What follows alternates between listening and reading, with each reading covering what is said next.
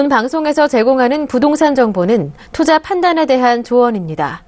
방송에서 제공하는 부동산 물건의 가치, 가격 상승 및 가격 하락에 대해서는 방송사에서 보장하지 않습니다.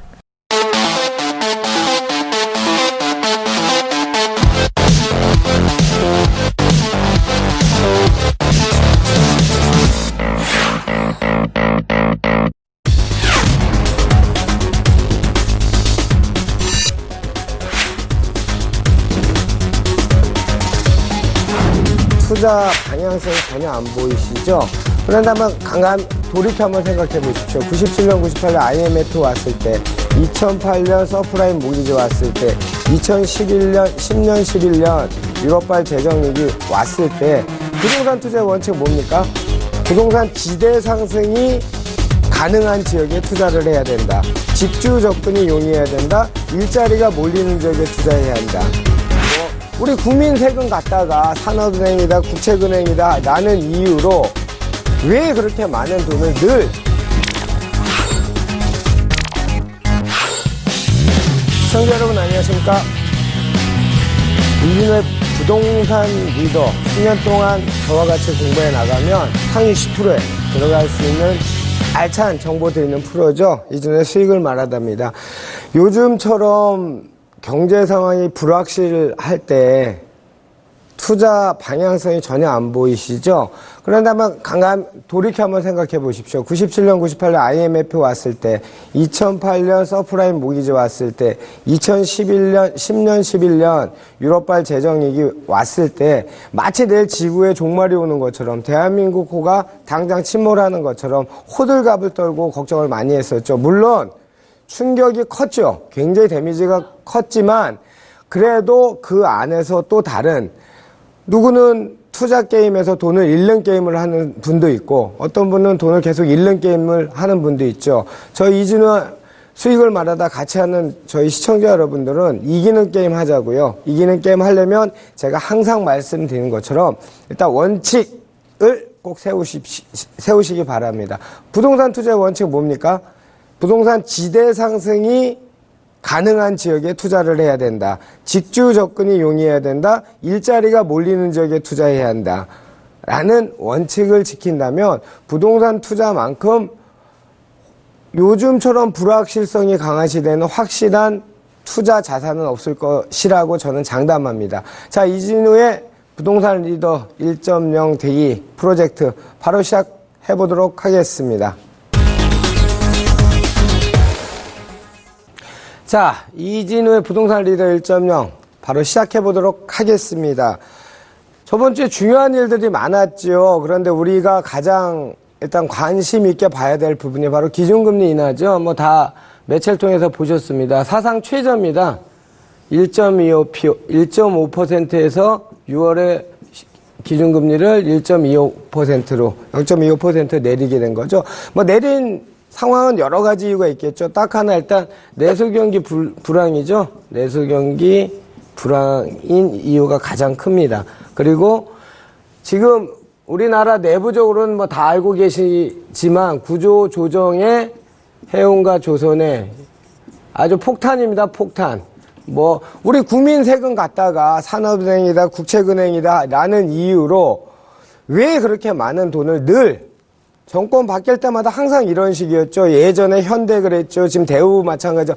대기업에 이렇게 돈을 저희가 낸 세금 지금 쓰고 있는 거 아닙니까? 우리 시청자 여러분들 낸 돈 쓰고 있고 이번에는 단디 진짜 사투리 써서 단디 비정상을 정상으로 만드는 각고의 정말 뼈를 깎는 노력을 하지 않으면 여기에 좀 맞물려서 세계 경제가 지금 얼마나 불황합니까?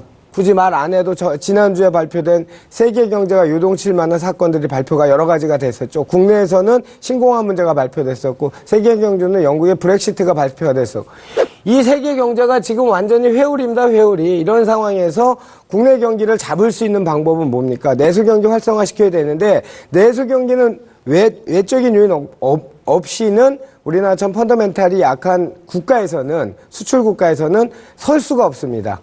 어떻게 내수경기 활성화시키겠습니까? 모든 게 다 지금 불황인데요. 딱 하나 희망을 갖자면 지금 구조조정하는 거 근로자들 무조건 감축한다. 쓸데없는 소리 하지 마십시오. 왜냐하면 그거 다 고급 인력들입니다. 고급 인력들이 중국에 얼마 전에 저번 주에 났나요? 우리나라 최용수 감독이 연봉 33억인가에 중국에 스카우트 간 거요? 최용수 감독 국내 연봉이 3억인데 10배 이상 주고 데리고 가는 거예요. 굴기란 말 중국 애들 많이 쓰죠? 굴기. 축구 굴기, 기술 굴기, 조선 굴기 지금 전부 인력을 다 스카우트 해갑니다. 왜냐면 모방은 창작의 모티브이기 때문에 데리고 가서 가리키면 습득을 시킨다는 얘기죠.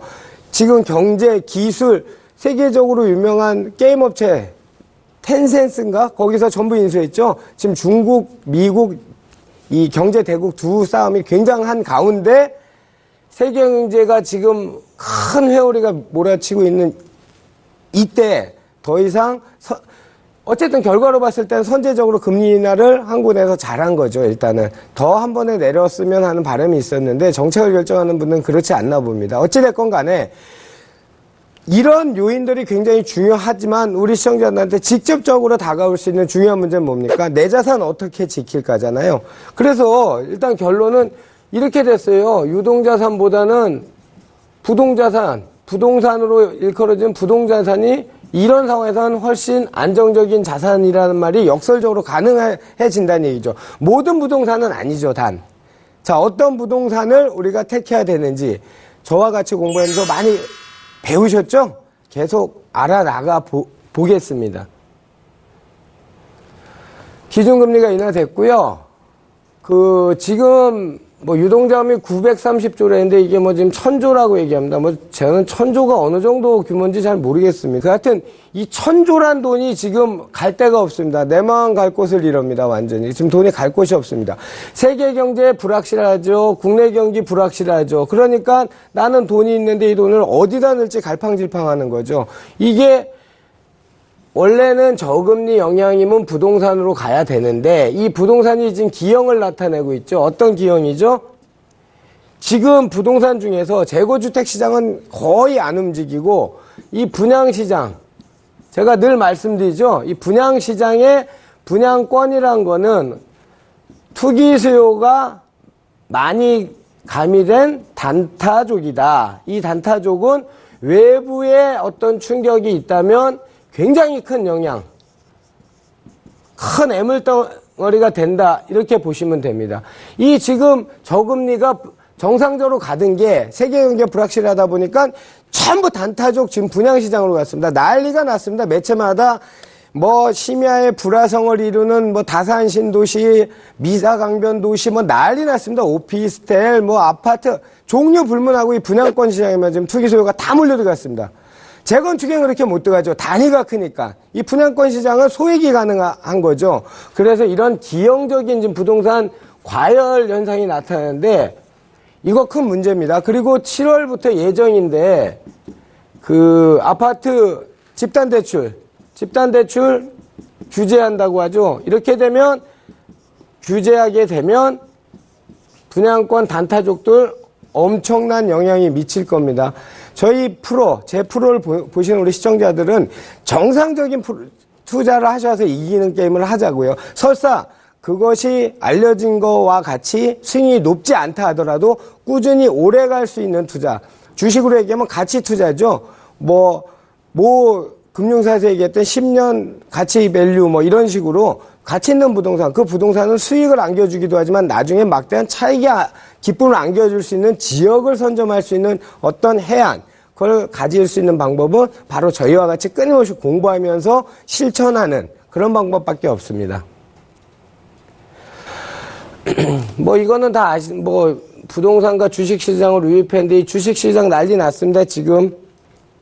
이제 부동산에도 영향이 오겠죠. 근데 뭐든지 동전의 악과디죠. 주식에 이렇게 힘들다 보면 부동산 시장으로 거꾸로 돈이 유입이 될 수 있습니다. 상대적으로 안전자산으로 만약에 판단이 된다면 그나마 부동자금이 1000조 가까이 되는데 이 돈은 어딘가는 투자를 해야 되거든요. 1억을 은행에다 넣어놓으면 86,000에서 87,000원 정도 이자가 나오는데 이 돈 안 받고 딴 데 투자하는 게 왜 은행에다 돈을 넣습니까? 일본의 장기 불황 왔을 때 저축이 높아졌었죠. 우리나라는 그런 절차 밟으시면 안 됩니다. 최소한 이진우의 기센 부동산이나 이진우의 수익을 말하다를 보시는 저희 시청자들은 액션을 저희 같이 자, 다 아시죠? 위기는 뭡니까? 위험과 기회가 상존하는 말입니다. IMF 때 기억해 보세요. IMF 때만 잊지 마세요. 이때 돈 번 분들 부동산에 이런 분도 많지만 딴 분이 많습니다. 이런 분들은 주식이나 또는 그 어떤 뭐 테마주나 또 2000년 초반도 마찬가지고 이런 분들 주식으로 실패한 분도 있고 부동산도 마찬가지죠. 분양권 떴다방 쫓아다니면서 넣었다 뺐다 하시다가 한 번에 가는 겁니다. 한 번에. 그런 거 하지 말자고요. 저랑 같이 공부하시는 분들은 천천히 스텝 바이 스텝으로 공부하는데 대신에 나중에는 나한테 아주 큰 기쁨을 주는 효자 같은 그런 놈들 찾아보자고요. 여기 제가 쓴 것처럼 현명하고 안전한 투자 원칙 확립한 게 가장 중요합니다. 자, 요게 이제 저희 2013년부터 오늘까지 계속 이어지고 있는 부동산 가장 큰 트렌드입니다. 월세 거래 비중이 굉장히 급격하게 지금 늘고 있습니다. 이거는 이제 무슨 말이죠? 이거는 제가 몇 번 말씀드렸죠? 저금리 시장에서 전세 자금을 갖고 임대인들이 할 게 없어요. 임대인들이 투자나 뭐 은행 이자 수익을 올려야 돼. 이게 만약 IMF 때 같을 경우에는 은행 이자가 28%였어요. 이때는 은행 투자를 금리 투자를 하셔야 될 때고요. 유동자산에 투자를 하셔야 될 때인데 지금은 1.25%예요. 이런 임대인들이 돈이 갈 데가 없단 말이에요. 그리고 전세 물량 공급이 지금 없어요. 전세 물량 공급된 거 뭐가 있죠? 공공택지 공급하는 거랑 SH에서 그 역세권 시프트 공급하는 거, 공공택지는 그거밖에 없어요. 분양 전환하는 거 몇 개, 이 정도밖에. 그거 갖고 이 전세를 감당할 수 있다는 거는 언감생신 정말 뭐 언 땅에 오줌 넣는 거밖에 안 되는 물량이 공급되고 있다는 거죠. 그래서 민간 개인들이 민간 임대 시장으로 뛰어들기 시작하죠. 다주택자들 이제 이 다음에 나옵니다. 다주택자 말고 드디어 기업도 부동산을 소유해서 임대사업을 하기 시작했죠. 무슨 이름으로? 뉴스테이라는 이름으로. 그건 좀 이따 다루기로 하고요. 보시면 2011년 33%였어요. 월세 비중이. 근데 2015년 44.2%. 그리고 요 숫자는 뭐냐면요. 2016년 5월까지 조사한 숫자는 46%입니다. 이 수치는 점점 높아질 수밖에 없죠. 왜냐하면 우리가 전세에서 월세로의 전환이 대세, 트렌드라고 하잖아요, 지금. 이 트렌드, 여러분들 시청자들 다 임대인이니까 아시겠죠? 무슨 말인지. 내가 전세가 귀해. 전세값을 올려도 돼. 올려야 되는데 그 돈 올린 만큼 받아서 할 게 없어. 그럼 나 이 전세 안 받을래? 대신 월세 이자를 조금 싸게 쳐줄 테니까 월세로 전환을 해서 나한테 월세, 반전세로 날 줘. 라는 게 이 대세예요. 그렇게 되다 보면 차츰차츰 바뀌다 보면 일본이나 이런 데처럼 그 임대 시장의 선진국이라는 일본이나 독일이나 이런 것처럼 렌트 시장이 돼버리는 거, 월세 시장이 돼버리는 거죠, 점점. 그러면 전세의 잔존 가치는 떨어질까요? 높아질까요? 계속 올라가진 않겠지만 어느 정도 시간까지는 전세 가격의 그 희소 가치는 계속 존재한다는 얘기죠. 그거는 분명한 사실입니다.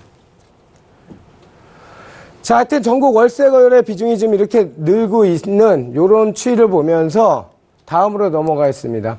자, 이 뉴스테이라는 사업이 지금 아직까지 기지개를 피는 단계니까 우리 시청자 여러분께서 이렇게 그 실감을 못하고 계시는데요. 이게 굉장한 부동산 시장에 어떤 트렌드의 변화를 가져온 엄청난 사업입니다.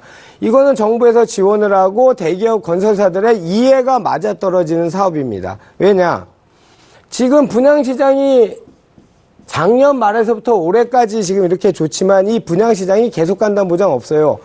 제가 늘 말씀드린 것처럼 언제나 시장은 공급과 수요의 법칙이에요. 수요의 법칙에 의해서 가격이 결정되는, 너무 간단한 진리예요. 가격이 결정된다. 제가 이 지역을 여기다 쓰면 또 이걸 보시고 항의하는 시청자가 있을지 모르겠지만 쓰겠습니다. 보십시오. 지금 제가 제일 우려가 되는 지역은 하남, 미사, 다산 신도시, 자, 파주, 운정, 김포, 한강, 신도시, 그 다음에 동탄, 1, 2, 용인. 요 세 군데죠. 아, 화성. 화성에 이제 동탄이가 들어가니까 여기에 화성을 같이 넣을게요. 이 지역들을 한번 판단을 해 보시자고요. 여러분이 지도를 한번 그려보세요. 서울 동쪽 끝에 한강이 흐르는데 동쪽 끝에 한남과 미사와 하남이 있어요. 여기가 다산신도시 들어오기 강변 미사 들어와요. 조금 내려오면 용인이에요.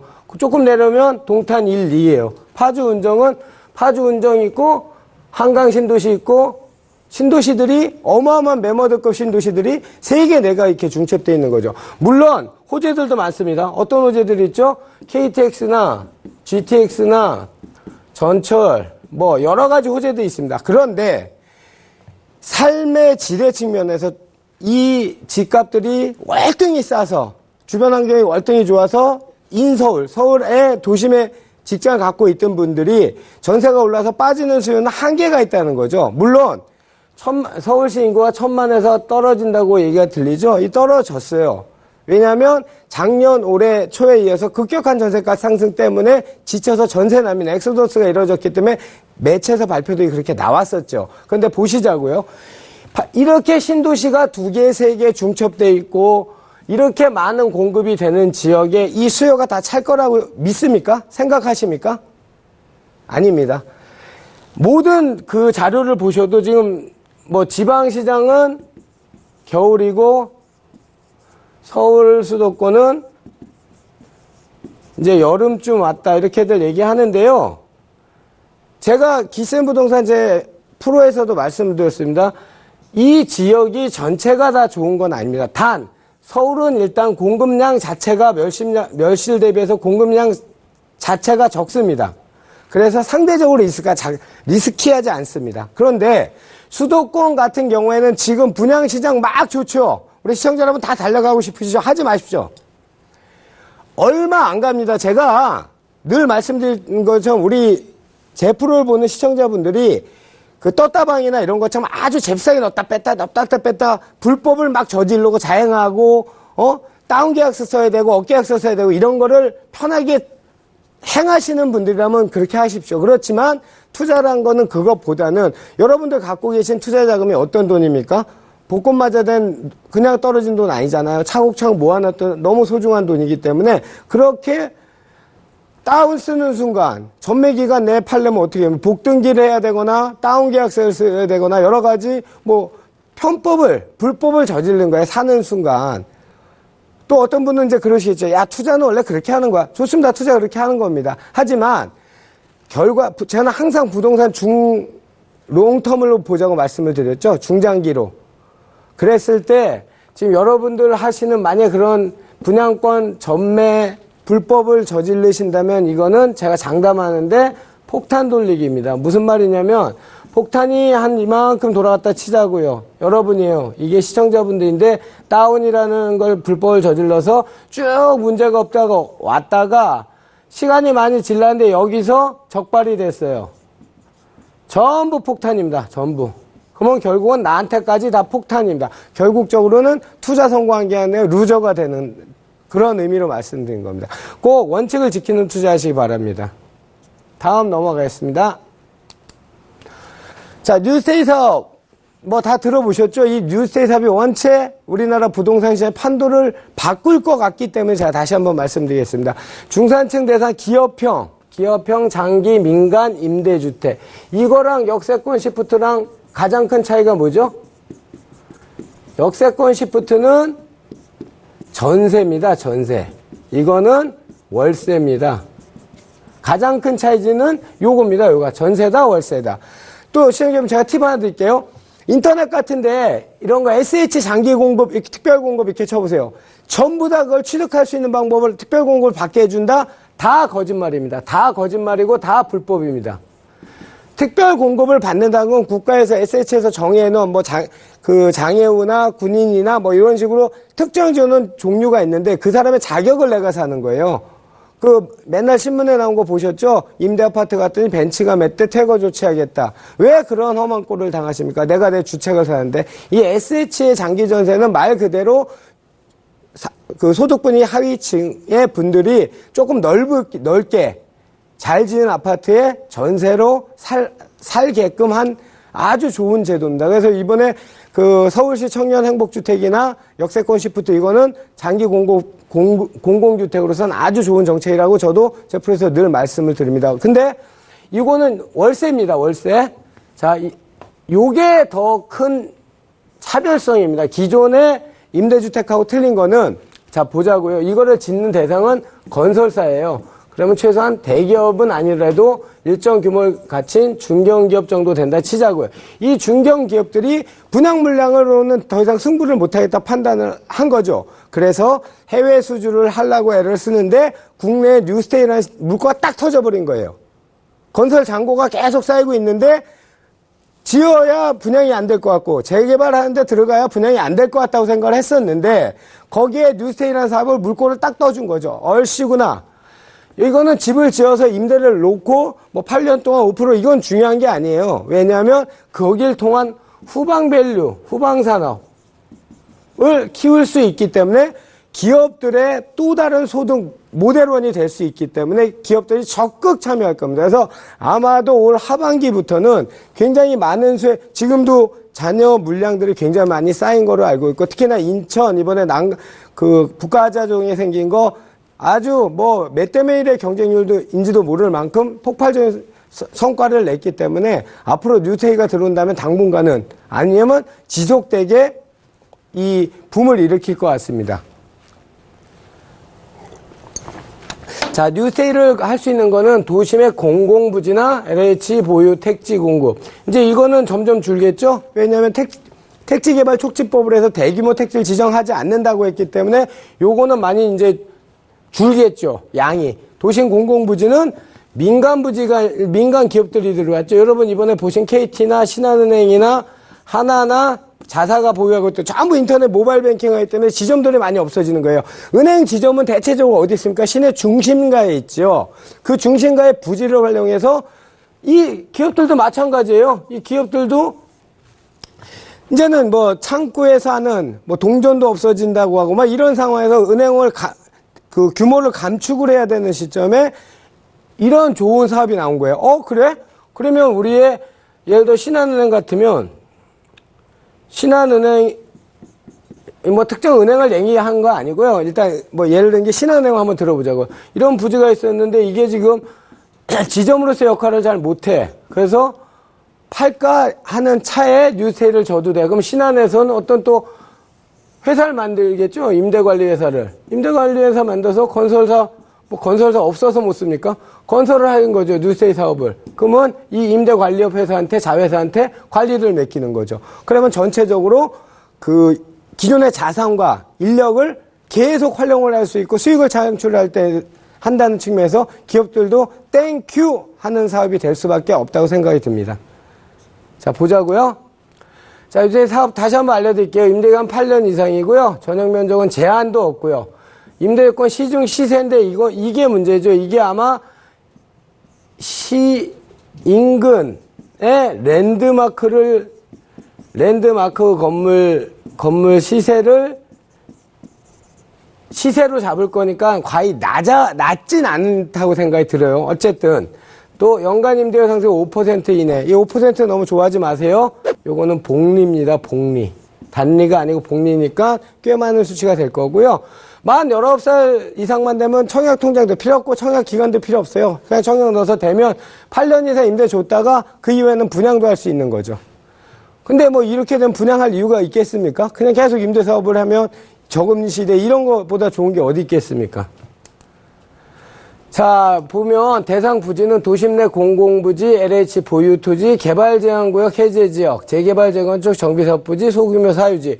자, 요 내용 전부 보시면 도심 내 공공부지는 학교부지나 캠코부지, 철도 차량기지, 공공기관 지방 이전부지 이런 거가 있고 LH 보유토지는 이제 주로 택지개발 예정지구죠. 택지개발 예정지구로 개발 지정지구로 지정을 했던 지역인데 지금은 이제 작년부터 대규모 공급을 안 한다고 국토부에서 발표했기 때문에 이 공급은 상대적으로 줄 거고요. 전국의 개발자 여기 50%만 넣으면 임대사업을 할 수 있다고 제한을 그린벨트 해제 가능한 총량 내 사업이 제한을 할 수가 있습니다. 그래서 이거는 그린벨트 해제 및 해제하고 거기다 기업형 임대주택을 짓는다는데 이거는 조금 어려운 얘기가 뭐냐면 물론 서울의 근교에 그린벨트가 있는 지역 저 평창동이나 또는 그 강동 팔자산 인근이나 가능하죠. 가능한데 대체적으로 그린벨트는 자연녹지, 도시적 자연녹지에 지정이 되어 있기 때문에 외곽 쪽에 많기 때문에 임대주택의 접근성 측면에서는 그렇게 많이 효율적일 것 같진 않습니다. 제 생각은. 일단 가장 큰 문제가 이제 요거죠. 재개발, 재건축, 정비사업 연계형.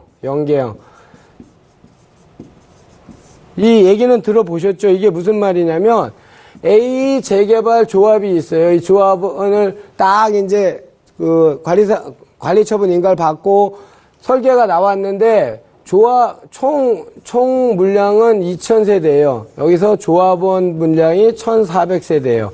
지금까지 앉았던 것은 요 차 600세대의 분양에 때문에 걱정이 돼서 분양이 진행이 안 됐고 또는 그러면 추가 분담금이 늘으니까 조합원 간에 문제가 생기니까 청산을 해야 되고 이런 문제가 생기다 보니까 재정 착률이 떨어지는 이런 문제, 사회적인 문제, 여러 가지 문제들이 굉장히 컴플리시했어요. 복합적으로 합쳐진 문제가 생기기 때문에 조합들이 진행을 안 했었죠. 그런데 리츠나 펀드를 만들어서 기업이 이 600분을 다 떠가는 거예요. 사간다고요. 블록 형태로. 단 10%에서 한 15%는 싸게 줘야 이 사람도 장사를 하겠죠. 다 사가서 이거로 해서 기업형 임대주택을 세를 놓는 거예요. 이 기업들은. 그러면 지금 작년에 거래 건수가 분양 물량이 작년 말에 한 60만 호 정도 되고 이때 저희 프로에서 얘기했었죠. 이거는 일시적 정체 현상이다. 내년 2016년에 공급이 이렇게 많이 안 되면 큰 문제가 없을 거라 제가 방송에서 얘기했었어요. 근데 이 건설사들이 아직을 정신을 못 차린 거죠. 때는 이때다 계속 물량을 쏟아낸 거죠. 지금 70만 원 또 분양을 했다고. 이거는 문제가 되죠. 그런데 조금 중장기로 보자고요. 여러분들이 흔히 많이 드신 18년에서 20년에 거래 절벽 온다. 좋다. 거래 절벽 올 수 있습니다. 이렇게 공급된다면. 물론 그 전에 이 시장에서 자정 노력을 하겠지만 만약에 자정이 안 됐다고 했을 때 보자고요. 그러면 이 물량이 계속 이렇게 공급이 된다. 이랬을 때 온전하게 이게 다 공급이 된다. 완전 문제가 엄청나게 심하겠죠. 그런데 만약에 아까 얘기했던 이 뉴스테이 사업이 활성화가 제가 생각한 올 하반기부터 내년 초부터 기업들이 적극적으로 대시를 할 것 같은데 뉴스테이 사업이 활성화를 하게 된다면 자 보세요. 재개발 재건축 중 강남 재건축은 일반 물량 자체가 이렇게 많이 없으니까 강남 그 집중 있는 서초나 강남 이쪽은 큰 공급 물량이 없지만 외곽 쪽에 강동이라든지 여러 가지 대규모 물량이 나오는데 일반 분양물이 많은 게 있다고 치자고요. 그리고 이거는 17년까지는 조합들은 길을 쓰고 하겠죠. 관리처분 인가라도 받아야 되겠죠. 왜죠? 그렇죠. 초과이익 환수제가 2017년 말까지 유예가 됐죠. 그래서 2017년 말까지 관리처분 인가를 받은 조합에 한해서 관리처분 인가를 받은 데만 초과이익 환수를 적용을 안 되니까 물량 엄청나게 쏟아지겠죠. 지금 이렇게 쏟아지는데 문제는 그게 분양이 안 된다고 했을 때는 안 될 것 같다. 어느 시점에서 지금은 분양권 투자 때 난리가 났지만 뉴세이로 이게 물건이 간다라고 한다면 임대주택과 일반주택의 물량이 나뉜다는 얘기죠. 그러니까 일반주택에 이게 온전하게 다 분양시장에 나온다면 큰 문제가 될 수 있지만 만약에 뉴스테이 물량으로 가져갈 수 있다면 앞으로 공급되는 것들이 그러면 얘기가 조금 달라지고 기존 재고주택이 좋아질 것 같다라는 설명이 뒤에 있습니다. 어찌됐건 간에 그 뉴스테이가 공급되는 지금 방법은 여러 가지 도심 내 공공부지, LH보유 토지, 개발제한국 해제지역, 재개발, 재건축, 연계형, 그 다음에 소금융 사유지 이런 게 있다는 거 알고 넘어가겠습니다. 자, 그랬을 때 뉴세일을 어떻게 할 때 보세요. 우리는 어떤 마음을 투자를 해야 될까? 뉴세일을 사야 될까? 뉴세일 임대? 아니죠. 자, 보자고요. 미분양 등 공급 과다 주택 물량이 나왔을 때 아까 제가 말씀드린 것처럼 펀드나 리츠 형태로 기업들이 선점하면 기업 소유 가치 상승을 합니다. 왜냐하면 그 기업 가치가 상승한다는 얘기죠. 기업이 아까 제가 후방산업이라고 했죠. 집을 임대를 주고 청소미, 도우미, 이사, 금융 다 갖고 있는 회사들이잖아요. 이런 서비스를 줘요. 공짜로 해줍니까? 돈을 받죠. 돈을 받고 해주죠. 이 사업 자체가 이 볼륨이 커진다는 얘기죠. 그 기업 가치가 높아진다는 거죠. 당연히. 그러면 기존 주택가 반드시 떨어진다? 그렇지는 않죠. 이 대기업들이 건설사들이 대량 선점을 불가능한 지역, 대체 불가 지역을 우리는 선점하면 되죠. 그런 지역들은 어디입니까? 예를 들면 1차 역세권 250m, 2차 역세권 500m 이런 지역에 직주 접근이 가능하고 직장인들이 많은 지역들, 이런 지역들을 우리가 선점한다면 거꾸로 우리 그 부동산의 가치는 더 올라가겠죠. 설사 뉴세이가 그 기업이 그 지역을 매수한다고 하더라도 지금 여러분들이 투자하는 금액보다 훨씬 높은 가격으로, 그럼 당연히 임대료는 또 올라가겠죠. 그거는 뭐 우리가 알 바 아니고, 그런 지역을 선점해서 마치 예전에 나쁜 의미가 아니고 좋은 의미의 선점, 나쁜 말로 하면 알박이 하듯이 그런 좋은 지역들을 찾아서 투자를 할 수 있는 이런 해안이 필요합니다. 그리고 이제 앞으로의 주택은 무조건 부의 축적 단위죠. 수익 창출. 이게 가장 중요합니다. 캐시플로우를 만들 수 있다. 우리나라처럼 복지 주거가 짧은 이런 나라에서 연금 받아 생활 못 합니다. 금융사에서 발표한 걸 보면 최소 200에서 300 정도는, 만원 정도는 있어야 노생활을 한다고 하는데, 그 돈이 지금 은행에 넣어도 안 나오고, 주식 나왔을 때는 저번 주 2011년 반추하건대 그런 금융위기가 있을 때마다 속절없이 낙엽 떨어지듯이 원본도 없어질 만큼 떨어지고, 그러면 안전하게 부동산 투자를 하는 것이 제가 봤을 때는 최선일 것 같습니다. 물론 여기에 최선이지만 여기에 분배는 하셔야죠. 당연히 포트폴리오를 짜서 금융자산에 간접투자, ERA라든지 여러 가지 금융자산과 ETA인가 그런 거. 그 다음에 이제 간접투자 많이 나오죠. 부동산 리츠. 공모주가 없었는데 이제는 많이 생깁니다. 그것도 사모펀드나 이 공모주 이런 것들 이제까지는 그들만의 리그였죠. 기관 투자나 고액 투자들 한두 명, 몇 명이 프로테이지 움직였지만 이제는 다수가 참여할 수 있는, 공모는 아니지만 공모 형태로 다수의 크라우드들이 참여할 수 있는 그런 방법들이 많이 생길 거니까, 이런 간접 투자를 하시는 거나 부동산 직접 투자 또는 금융자산의 일부 투자, 선진국일수록 비율이 높다는데 그거는 각 나라마다 틀리죠. 미국하고 일본하고 우리나라하고 땅덩어리 넓이가 똑같습니까? 인구도 틀리지만 땅덩어리 사이즈도 굉장히 작잖아요. 그 안에서 계속 발전을 하려면 방법은 도시재생사업을 하든지 전 국토를 다 합쳐도 미국의 한 개 주보다도 작은 나라인데, 대한민국이 이 부증성이란, 새만금이 여의도에 200배 늘었다지만 부증성에는 한계가 있으니까 이 좁은 땅덩어리 안에서 국토를 효율적으로, 물론 이제 통일이 된다면 얘기가 조금 더 틀려지겠죠. 굉장히 우리도 광대한 영토를 가질 수 있으니까. 그렇지만 그 전까지는 여러분들은 그냥 현실에서 외국은 금융자산이 70%고 60%고 부동산이 40%니까 이거는 선진국이고, 우리나라는 지금 73%고 금융자산이 27%니까 우리나라는 투자의 후진국이다. 말도 안 되는 소리입니다. 그게 어떻게 단순 비교가 됩니까? 단지 이 과도하게, 예전에는 정보의 비대칭성이 있었을 때는 당연히 부동산 투자를 근데 주식도 마찬가지죠. 우리 흔히 말하는 거 SK나 삼성 거 그때 처음에 공모주 나왔을 때 주식 사놨으면 좀 몇천 배가, 몇만 배가 그거 다 필요 없는 얘기예요. 지금 현실, 지금, right now. 지금만 중요하다 이거죠. 그러면 지금 우리나라 이 금융자산 비중이 이렇게 돼 있고 아까도 말씀드린 것처럼 선진국은 이렇게 돼 있어서 우리나라는 투자 분배 후진국이다? 그건 절대 아닙니다.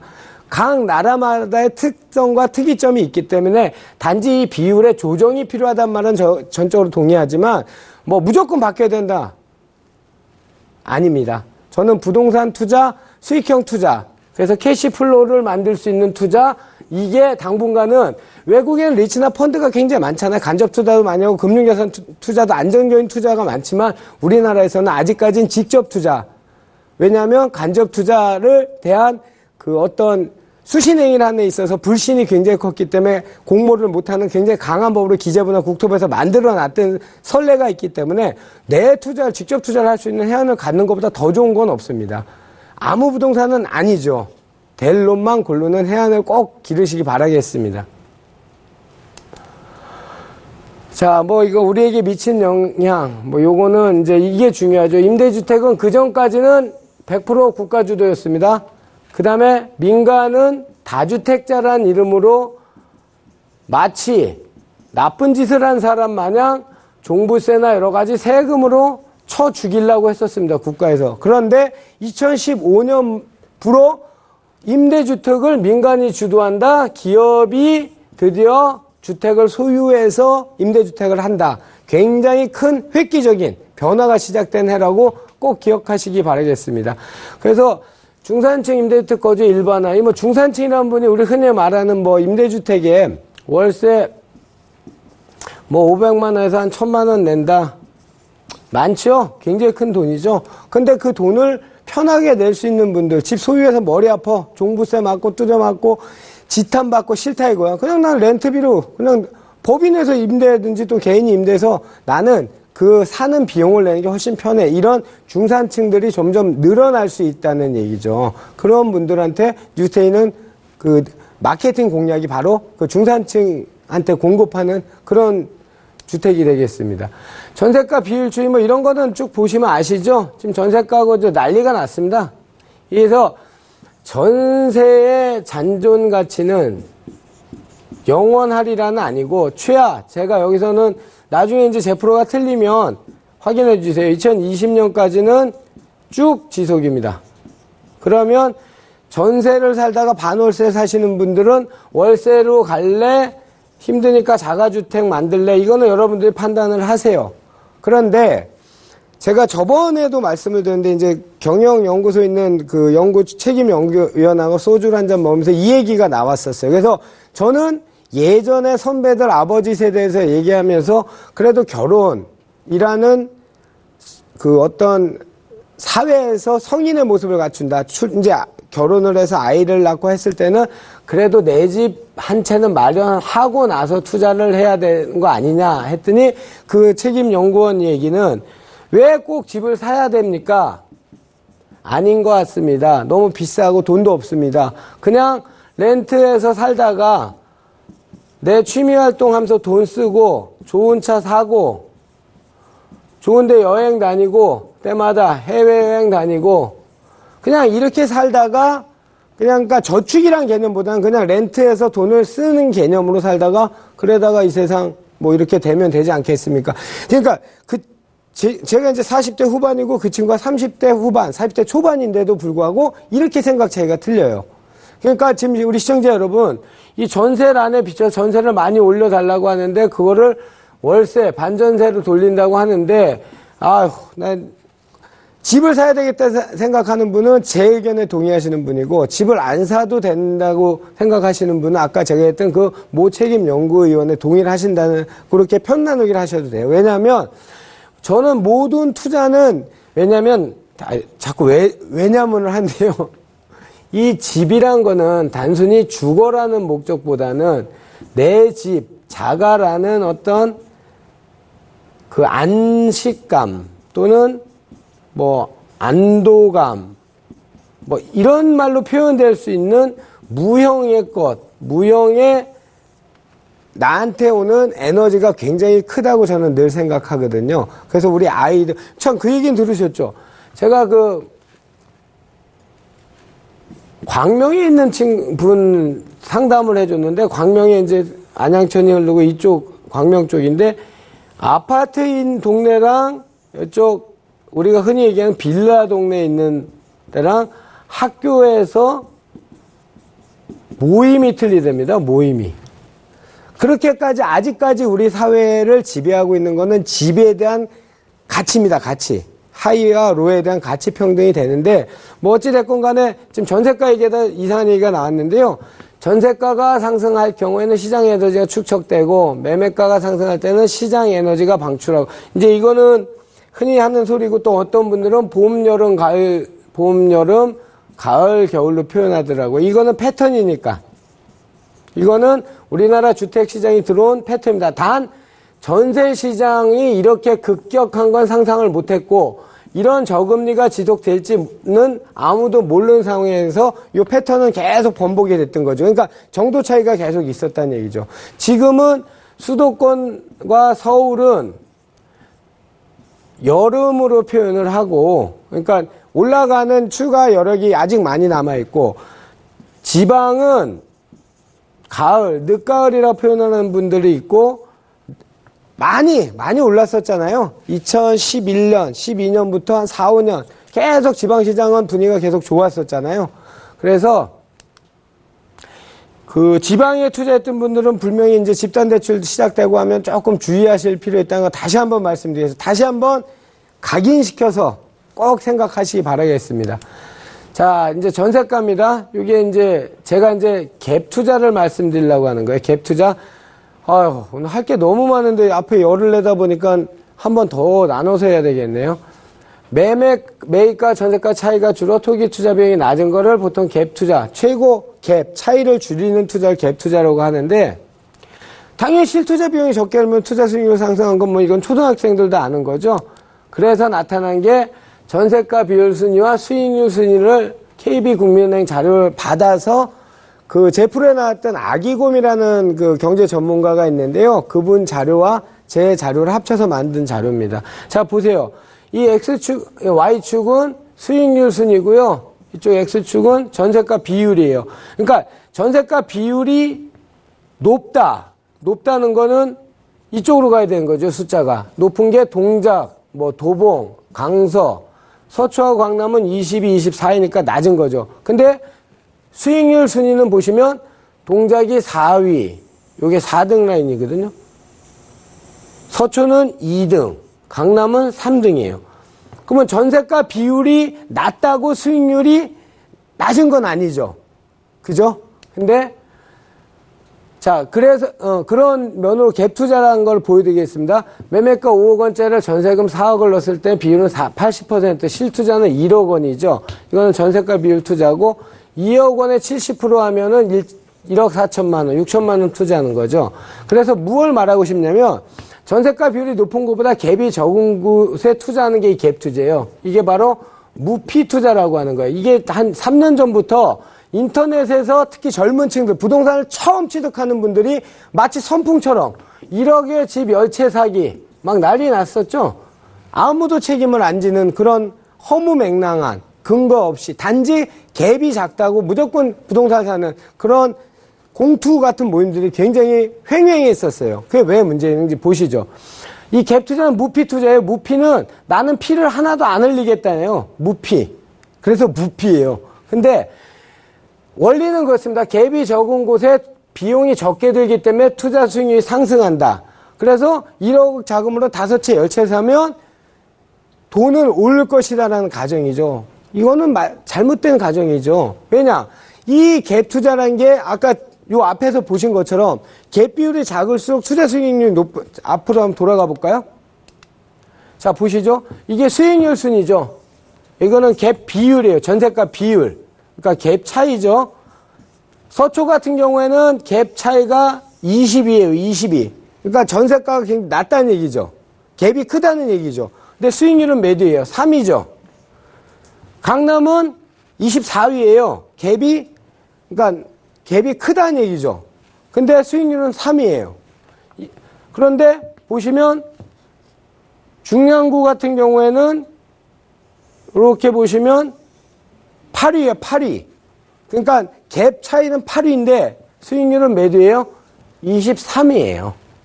그러니까 갭 차이와 수익률은 같이 가지 않습니다. 그래서 시간이 이제 다 됐다고 사인이 들어왔습니다. 다음에 저희가 시간을 한번 내서 더 할 거고요. 이 갭 투자 하시는 분들 정말 조심하십시오. 그리고 만약에 갭 투자를 하시고 나선 저한테 연락하지 마세요. 이미 하신 거 제가 그걸 안전한 곳에 했다면 제가 컨설팅을 해드릴 수 있지만 이미 투자를 다 해놓으신 걸 제가 이거 샀는데 어떡합니까? 그것도 3개월, 4개월밖에 안 되고 제가 도와드릴 방법이 없으니까요. 혹시 지인분, 아는 분들이 이게 항상 지인이 문제라고 제가 얘기했었죠. 지인분들 중에 갭 투자가 있다, 1억에 열채 사자 하는 분이 있으면 그런 분들은 778에 서울전화 02778-4747로 저한테 연락을 주시면 제가 컨설팅을 왜 그거는 하셔도 되고 하시면 안 된다 자세히 설명해 드릴게요. 하여튼 갭 투자 오늘 아직 자료가 많이 남았는데요.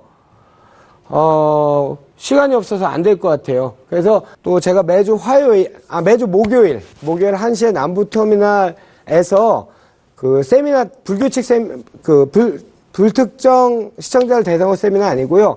이런 정말 공공한 곤란에 빠진 분들을 위해서 개인 상담 해 드리니까요. 꼭 전화 예약하시고 저랑 의견 나눠서 발견 해안 가지실 수 있었으면 좋겠습니다. 오늘 많이 덥습니다. 하여튼 이제 장마철 시작되고 여름철 시작되고 제가 늘 저희 프로에서 말씀드린 말 아시죠? 우리 시청자 여러분 건강하신 것보다 더 큰 투자는 없습니다. 건강 일단 챙기시고요. 저랑 부동산 투자 안전자산으로 계속 원칙을 지키면서 해 나가는 게 여러분들과 같이 나가는 제 목표고 제 의무인 것 같습니다. 자, 남은 한 주 잘 보내시고요. 저랑 다음에 뵐 날까지 제가 기다리도록 하겠습니다. 오늘 시청해주셔서 감사합니다.